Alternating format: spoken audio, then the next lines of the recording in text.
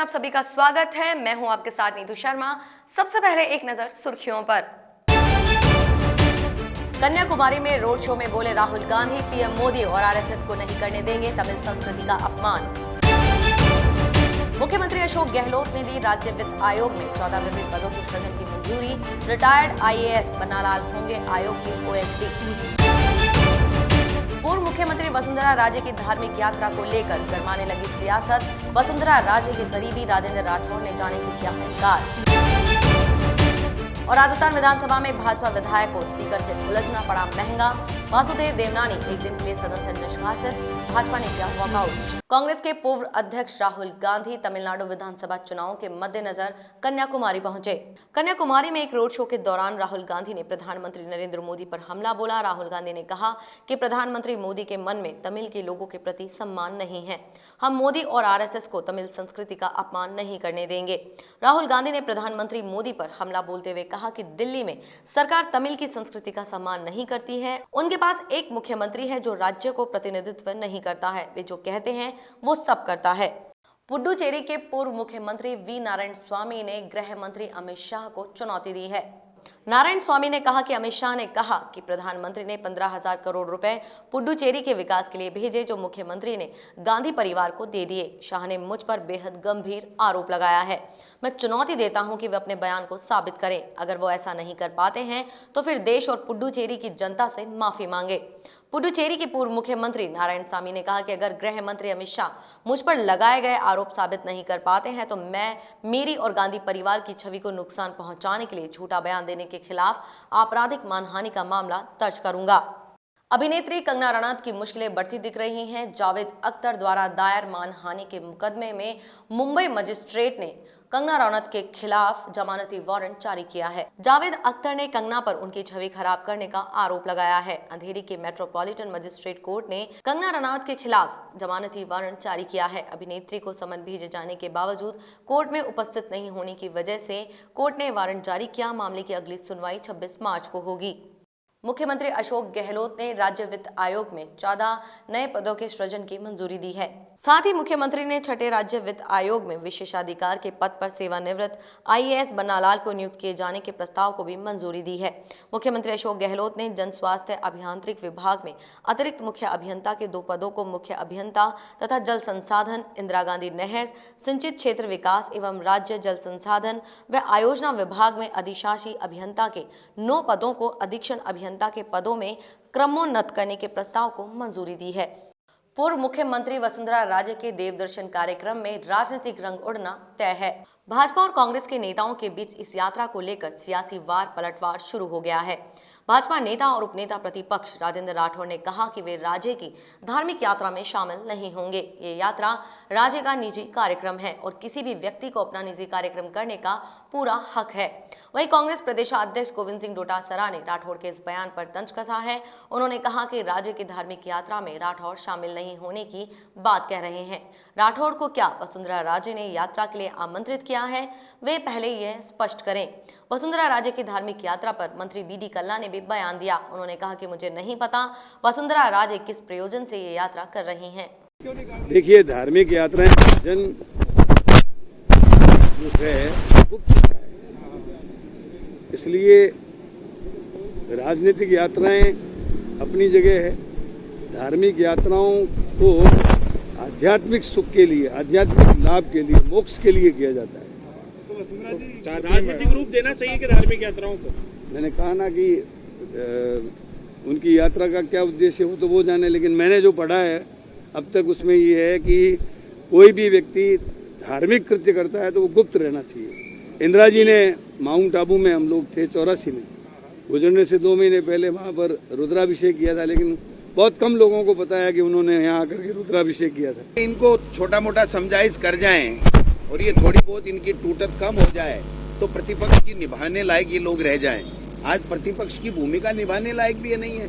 एक दूसरे में प्रतिपक्ष की भूमिका निभा रहे हैं। जनता ने तो सरकार के कामकाज पर निगरानी करने और उसमें अगर कोई कमी है तो उसके बताने के लिए इनको मैंडेट दिया था, और ये तो अपने में ही एक दूसरे में कमियां खामियां निकालने लग गए, एक दूसरे को नीचा दिखाने लग गए।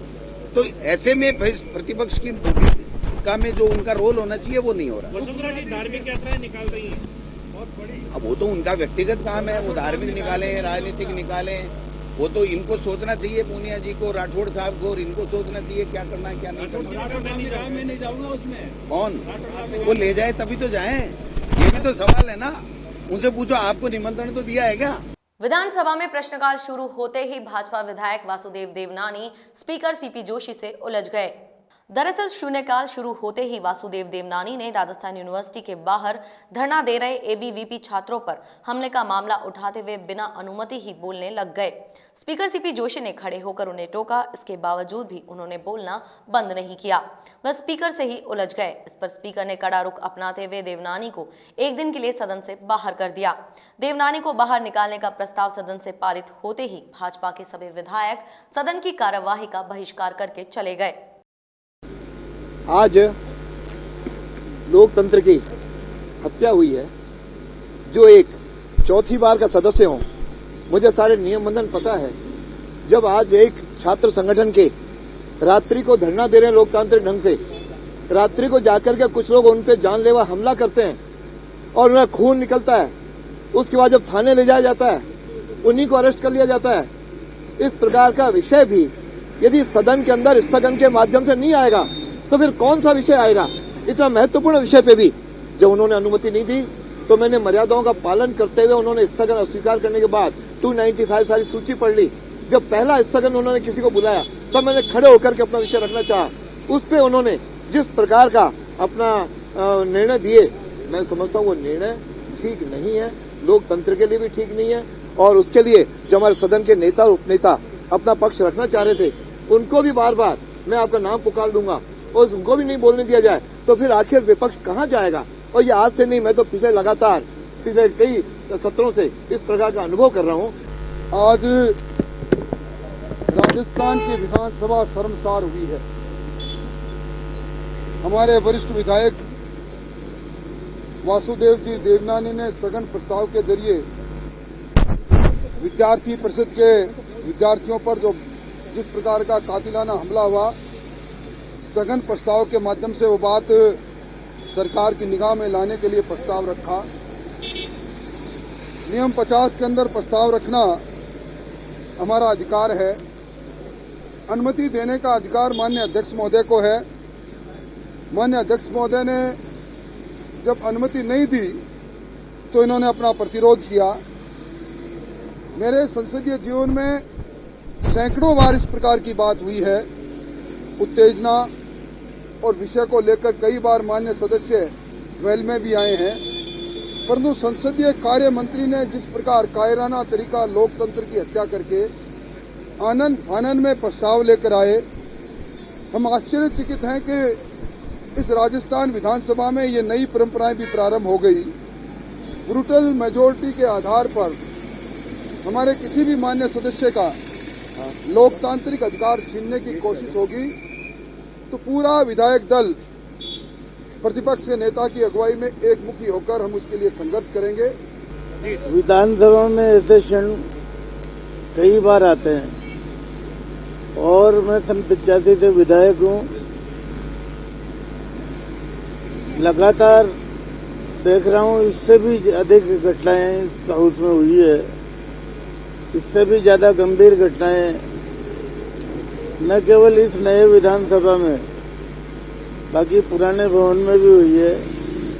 और बड़ा दिल रखकर अध्यक्ष जी ने उनको माफ भी किया है। मेरा यही निवेदन है कि अध्यक्ष जी बड़ा दिल रखकर विपक्ष को आज की कार्रवाई में हिस्सा लेने के लिए आमंत्रित करें। जो अपने क्षेत्र की डिमांड या क्षेत्र की कोई समस्या पूछना कोई गुनाह नहीं है, और एक छोटी सी बात के लिए अध्यक्ष महोदय ने इतना बड़ा कदम उठाकर जो वास्तव में एक जो न्याय किया है वो वास्तव में हमारे को थोड़ा सा अच्छा नहीं लगा। और इस बात को लेकर पूरा बीजेपी के विधायकों को नेता प्रतिपक्ष सहित बार बैठना एक इस न्याय की प्रक्रिया में थोड़ा सा अच्छा नहीं लगा। इसलिए मैं अध्यक्ष जी से आग्रह करता हूं कि ऐसी घटना को इतना बड़ा मुद्दा बनाकर ना ले, और अगर कोई सदस्य अपनी बात कह रहा है तो थोड़ा सा आप जिस सीट पर बैठे हैं वो सीट गरिमामय सीट है, और आप एक बच्चा अगर कोई गलती करता है तो उनको ऐसी बड़ी सजा न दे, और कोई बात है तो उसको मिल बैठकर इसका समाधान निकलना चाहिए।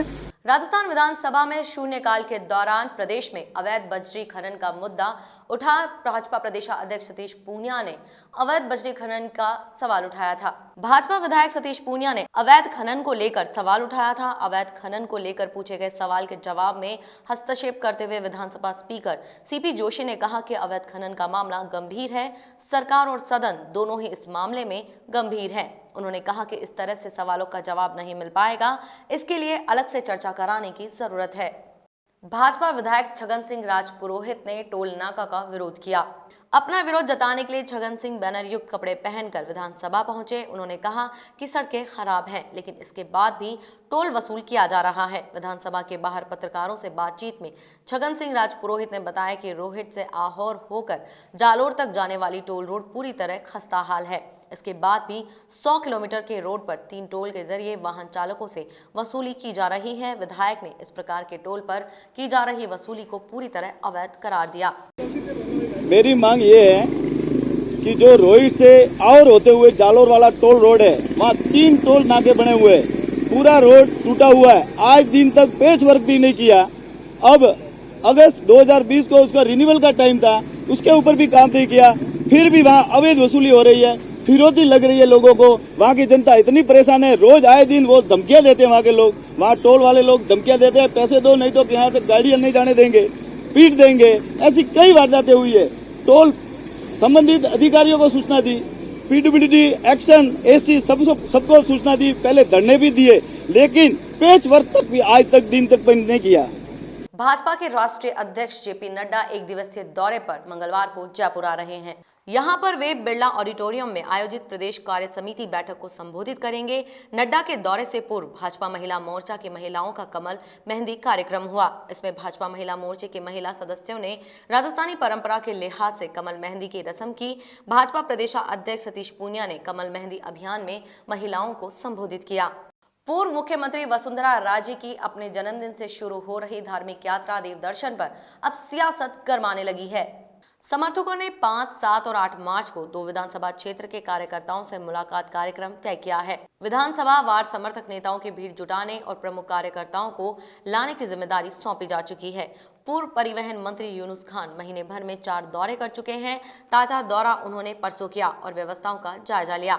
राज्य का 8 मार्च को जन्मदिन है। इस अवसर पर 7-8 मार्च को अपने जन्मदिन कार्यक्रम को पूर्वी राजस्थान से परिवर्तन यात्रा की भांति नई राजनीतिक पारी की शुरुआत मानी जा रही है। बिजली कंपनियों में विभिन्न पदों पर निकाली गई भर्ती के लिए परीक्षा स्थल राज्य से बाहर करने के विरोध में बेरोजगार युवकों ने प्रदर्शन किया। साथ ही युवकों ने इन भर्तियों में निकाली एईएन और जेईएन पदों पर भर्ती के लिए होने वाली परीक्षा में राजस्थान सामान्य ज्ञान जोड़ने की मांग की। जयपुर में गोपालपुरा बाईपास स्थित राजस्थान बेरोजगार एकीकृत महासंघ कार्यालय के बाहर युवाओं ने बिजली कंपनी की ओर से जारी विज्ञप्ति की प्रति को जलाया और प्रशासन के खिलाफ नारेबाजी की। महासंघ के प्रदेशाध्यक्ष उपेंद्र यादव ने इस मामले में बिजली भवन जाकर अधिकारियों को ज्ञापन भी सौंपा।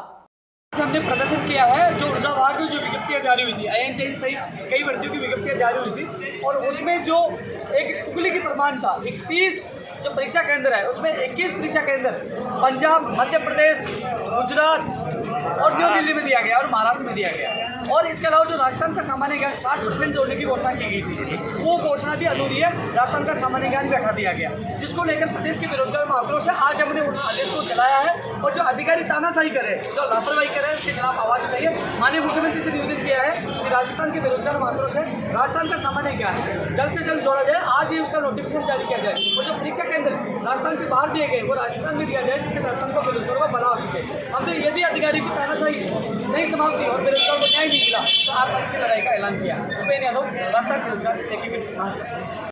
राजस्थान विश्वविद्यालय एक बार फिर छात्र राजनीति का अखाड़ा बनता जा रहा है। अखिल भारतीय विद्यार्थी परिषद की ओर से विभिन्न मांगों को लेकर 8 दिनों से धरना दिया जा रहा है। इसी धरने को हटाने की मांग को लेकर अब NSUI ने भी अपना धरना शुरू कर दिया है। NSUI की ओर गेट पर सद्बुद्धि यज्ञ किया गया। इस सद्बुद्धि यज्ञ में NSUI के कार्यकर्ता बड़ी संख्या में मौजूद रहे।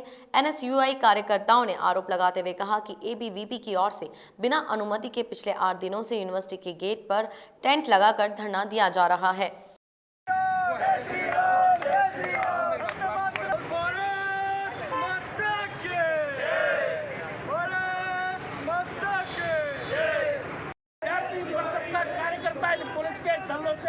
देखिए, जिस तरीके से पहले पूर्व में जामिया विश्वविद्यालय, फिर JNU जैसे विश्वविद्यालय को इन्होंने ABVP ने राजनीतिक अखाड़ा बयाना दिया था, अराजकता का माहौल पैदा कर दिया था, और वही प्रोपेगेंडा वही अब ये राजस्थान जैसे विश्वविद्यालय में शुरू करने जा रहे हैं। इसी को लेकर आज हम एक सद्बुद्धि यज्ञ कर रहे हैं। NSUI के कार्यकर्ता ABVP से सद्बुद्धि यज्ञ के माध्यम से निवेदन करते हैं कि कृपया करके जो शिक्षा के क्षेत्र है, शिक्षा के मंदिर हैं, उनको तो कम से कम राजनीतिक अखाड़ा ना बनाया जाए, क्योंकि राजनीति शिक्षा के क्षेत्र में कहीं ना कहीं शिक्षा का बात ज़्यादा होनी चाहिए। देखो, मैं आपको बताना चाहता हूँ, जिस प्रकार हमारे धरने को आज 8वां दिन चल रहा है, हम यहाँ पर बैठे हैं सभी कार्यकर्ता। जिस प्रकार राजस्थान विश्वविद्यालय में NSUI के कार्यकर्ता शाम को आते हैं आम छात्रों पर, जो जिस प्रकार मैं बताना चाहता हूँ, राजस्थान विश्वविद्यालय के अंदर आज 8वां दिन चल रहा है। यहाँ धरने प्रदर्शन, हम यहाँ पर विश्वविद्यालय में 21 सूत्रीय मांगों को लेकर यहाँ धरना प्रदर्शन कर रहे हैं, लेकिन ये NSUI के कार्यकर्ता जो हमारे ऊपर यहाँ पर प्रताड़ित किया जा रहा है, हमारे ऊपर हथियारों से वार किया जा रहा है। कोई आतंकवादी नहीं है, इसलिए आप छात्रों को साथ में साधारण तरीके से इन्हें कैंपस में प्रवेश देने दें। हमारी मांग थी, लेकिन यहाँ के प्रशासन ने गहलोत सरकार के आदेश। खबरों का सिलसिला यूं ही जारी रहेगा। देखते रहिए द एंगल। नमस्कार।